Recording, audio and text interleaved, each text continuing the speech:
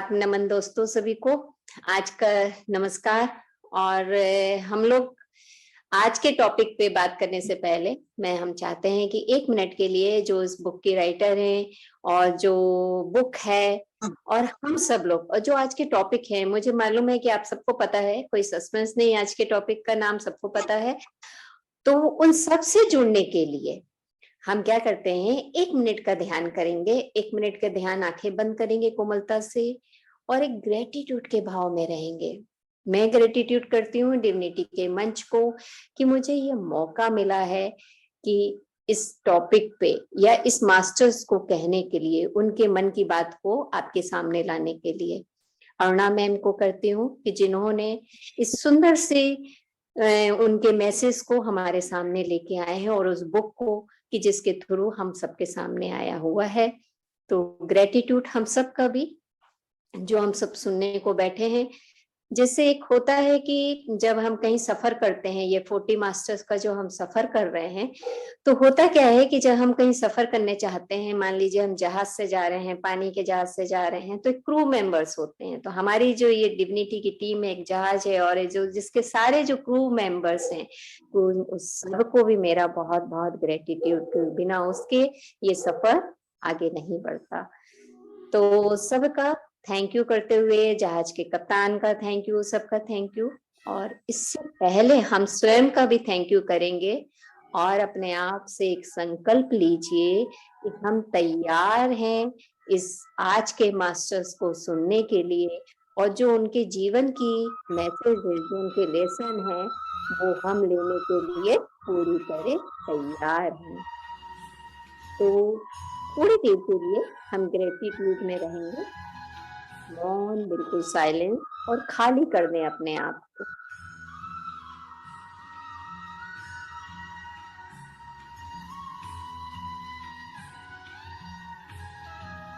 Thank you master. अब हम आंखें खोलते हैं और आज के लेसन के लिए हम पूरी तरह से तैयार हैं।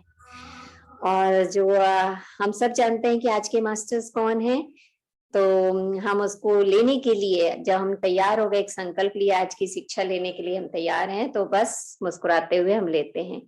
तो जैसे कि कल हमने सुना था कि रावण के बारे में, कि रावण ने अपने जीवन से क्या शिक्षा दी थी। तो रावण की 10 विद्याएं थी, 10 सिर था, लेकिन उस विद्याओं को अहंकार की तरफ लेके गए थे। आज हिरण्यकश्यप जी हैं जिनको मुझे मिला है, और मैंने कभी लाइफ में शायद सोचा नहीं था कि ये टॉपिक पे या इनके बारे में मुझे कभी बोलना होगा। तो हिरण्यकश्यप के बारे में हम उतना ही जानते हैं प्रहलाद के व्यू से, कि प्रहलाद के लाइफ में क्या हुआ था, तो उनके हिरण्यकश्यप कैसे रहे होंगे। तो हम थोड़ा सा हिरण्यकश्यप के जीवन के बारे में मैंने कुछ लिखा हुआ है, तो वो मैं बताती हूँ कि हिरण्यकश्यप एक दैत्य था और हिरण्यकर्ण वन का राजा था। हिरणाक्ष नामक उसका छोटा भाई था, जिसका वध वाराह रूपी भगवान विष्णु ने किया था। भगवान विष्णु ने वाराह का रूप धारण किया था और उनके छोटे भाई को उन्होंने कत्ल किया था या वध किया था। हिरण्यकश्यप के 4 पुत्र थे, प्रहलाद, अनुलाद, सहलाद और अहलाद। प्रहलाद उसमें सबसे बड़े थे, और हम जो ये हमारा लेसन है वो प्रहलाद और हिरण्यकश्यप के बीच का ही है। हिरण्यकश्यप की जो पत्नी थी, जो दिन धर्म पत्नी हम कहें, कयाधु, और उनकी छोटी बहन सब लोग जानते हैं होलिका थी। तो रावण का जो हमने कल लेसन सुना, तो रावण के वध के बाद क्या बनाया, दिवाली। और हिरण्यकश्यप के वध के बाद या होलिका के जो चीज, तो हम लोग ने होली का त्योहार मनाया। तो आज हम ये होली की तरफ जाते हुए उत्सव की तरफ मना रहे हैं।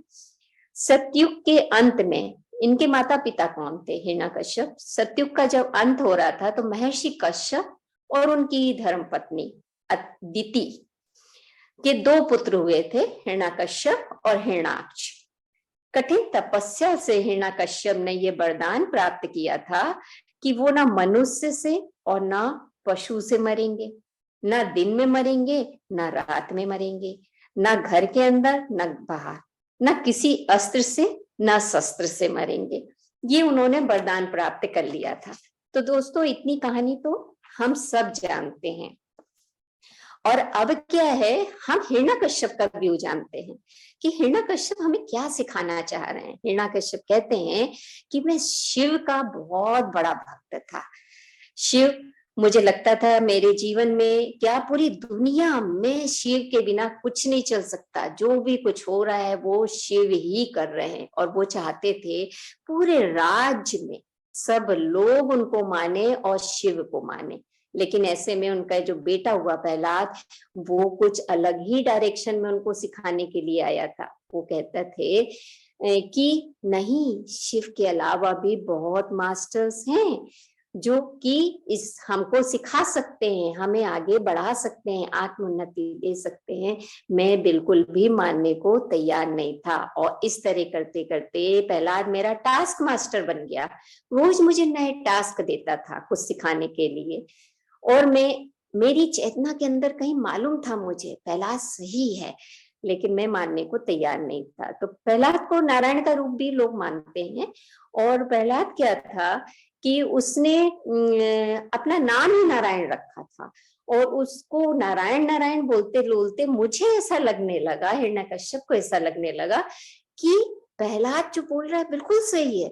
लेकिन मेरी जो ऊपर की चेतना थी उसमें कहता था मैं सही हूँ, मैं सबसे बड़ा शिव भक्त हूँ, मैं सबसे बड़ा तपस्वी हूँ, तुम कुछ भी नहीं हो, तुम मुझे मानो और मुझे पूजा करो।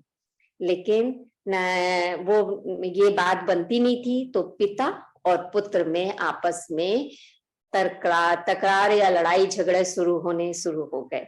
हुआ क्या, अब जैसे जैसे उनकी अनमन बढ़ती जा रही थी, वैसे वैसे हो क्या रहा था कि मैं उसको यातना देना शुरू कर दिया। यहाँ हिरण्यकश्यप ने इसमें दो पॉइंट, एक टर्निंग पॉइंट यह था, पहला दिया सिखाना चाहता था अपने फादर को। यह हिरण्यकश्यप भी कह रहे मुझे ये सिखाना चाहता था कि हमारे चारों तरफ जितनी भी आत्माएं हैं शिव के अलावा, जितने वो सारे परम आत्मा की ही संतान हैं, अंश हैं। तो वो सब हमको सिखा सकते, सारे हमारे मास्टर्स हैं। ये उसके लिए बहुत बड़ा लेसन था। लेकिन उसने जानते हुए भी उसको सीखा नहीं। और वो अपने अहंकार, जैसे रावण के उसमें तो अहंकार शब्द आ रहा है, लेकिन यहाँ ये हिरण्यकश्यप हर गलती को मूर्खता का वर्ड दे रहे हैं कि मैंने एक और मूर्खता करी। उसको विष देना शुरू किया, जहर देना शुरू किया। और प्रहलाद हर बार बच के निकल आता था। और वो मुझे ये बताना चाह रहा था कि आप सबसे बड़े असफल इंसान हो। मैं बार बार, और हम दोनों के बीच में ये तकरार बढ़ती जा रही है, बढ़ती जा रही है। और इसके बाद में मूर्खता पे मूर्खता करता चला गया। हिरण्यकश्यप अपने जो अंदर की भाव को वो मूर्खता का वर्ड बार बार ये दे रहे हैं और कह रहे हैं कि मैं हर बार एक इससे बड़ी मूर्खता कर रहा था, होलिका वाली मूर्खता करी, और मैंने एक सबसे बड़ी मूर्खता कर दी जो उससे कहा प्रकट करो तुम अपने गुरु या अपने आप को जो तुम जो भगवान कहते हो। ये मेरी सबसे बड़ी मूर्खता थी। तो यहाँ वो हमको अपने जीवन से ये सिखाना चाहते हैं। जैसे कि मेरे को जब ये टॉपिक मिला, मैंने ये नहीं सोचा था कि मुझे क्यों बोलना है, क्या बोलना है इनके बारे में, और मैं क्या बोल पाऊंगी। लेकिन मैं जब जिस दिन से मुझे ये टॉपिक मिला, उस दिन से मैं जब इनसे कनेक्ट होना शुरू किया कि आप बताओ कि क्या चीज है जो मुझे सीखना है। क्योंकि लाइफ में जब भी टॉपिक हमारे जीवन में आता है वो हमें सीखने के लिए आता है। तो उससे कनेक्ट होके जब मैंने इसको सोचना शुरू किया, तो लगातार रात दिन, ऐसा नहीं कि ध्यान में सोच रहे, लगातार जब सोचना शुरू किया तो बहुत सुंदर सुंदर से अपने अंदर अनुभूति आई। और जो इनके खुद के मैसेज थे, वो जो पहली बार मुझे पढ़ने में बड़े कठिन से लग रहे थे, दोबारा पढ़ने में मुझे बड़े आसान, और आज आप सब लोग के बीच बोल रही हूँ तो मुझे लग रहा है कि वो मेरे जीवन का एक पार्ट बन रहा है। तो वो हुआ क्या कि उनके जो दो मैसेज, उन्होंने कहा कोई भी मास्टर्स को आपको डांटना नहीं है। डांटना मतलब अवहेलना नहीं करनी। हम क्या करते हैं, घर में हमारे 4 लोग हैं, अगर कोई पूजा कर रहा है तो हम कहते हैं नहीं ध्यान करो, पूजा बेकार है। तो यहाँ एक शिक्षा मिलती है, वो लेसन देते हैं नहीं, वो भी मास्टर से, और वो अपने चीजों से हमें कुछ सिखाना चाह रहा है। आप सुनो उनकी बातें ध्यान से और अपने जीवन में अप्लाई करो। ये बहुत बड़ी बात थी। दूसरी बात उन्होंने ये सिखाई कि जब आप कहते हो, जैसे हम कुछ बता रहे हैं या कोई मुझे बता रहा है, हम मन मन में कहते हैं वैसे ये तो मुझे पता है। तो वो कहते हैं कि जब आप कहते हो ये मुझे पता है, तो आपको क्या करना है, ध्यान में बैठो और उसको निकाल के लेके आओ, उस नतीजे को कि क्या पता है आपको। तो जब इन्होंने दो चीज, जब क्योंकि हम बहुत जनरली इस चीज को बोल देते हैं कि हाँ ये पता है, लेकिन हम अपने अंदर से नहीं निकाल के लाते। और उन्होंने कहा है कि मेरे जैसे जीवन को बर्बाद मत करिए। हमारे पास जितने भी, प्रहलाद उनको ये सिखाना चाहता था कि हमारे घर में, बाहर, आसपास जितनी भी आत्माएं हैं वो परमात्मा के ही मास्टर्स हैं और वो आपको सिखाने आए हैं। यहाँ बहुत सुंदर दोस्तों एक अच्छी सी बात हिरण्याकश्यप ने सिखाई है कि हम कहते हैं ना थर्ड आई ओपन करना है। वो कहते हैं एक गुरु आपकी थर्ड आई ओपन करता है, अगर उसके बाद थर्ड आई ओपन करने के बाद वो जिम्मेदारी नहीं लेता तो क्या करोगे आप।